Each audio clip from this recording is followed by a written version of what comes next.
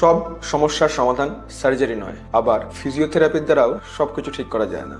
যদি হয় আপনার লিগামেন্টের স্ট্রেন অর্থাৎ টান ধরা, যদি থাকে ব্যাক পেন কিন্তু সেখানে নার্ভ চেপে নেই, যদি হাঁটুর শুরুর দিকের আর্থ্রাইটিস হয়, এইসব ক্ষেত্রে ফিজিওথেরাপি কার্যকর, ভালো ফল দেয়, সার্জারির প্রয়োজন নেই বেশিরভাগ ক্ষেত্রে।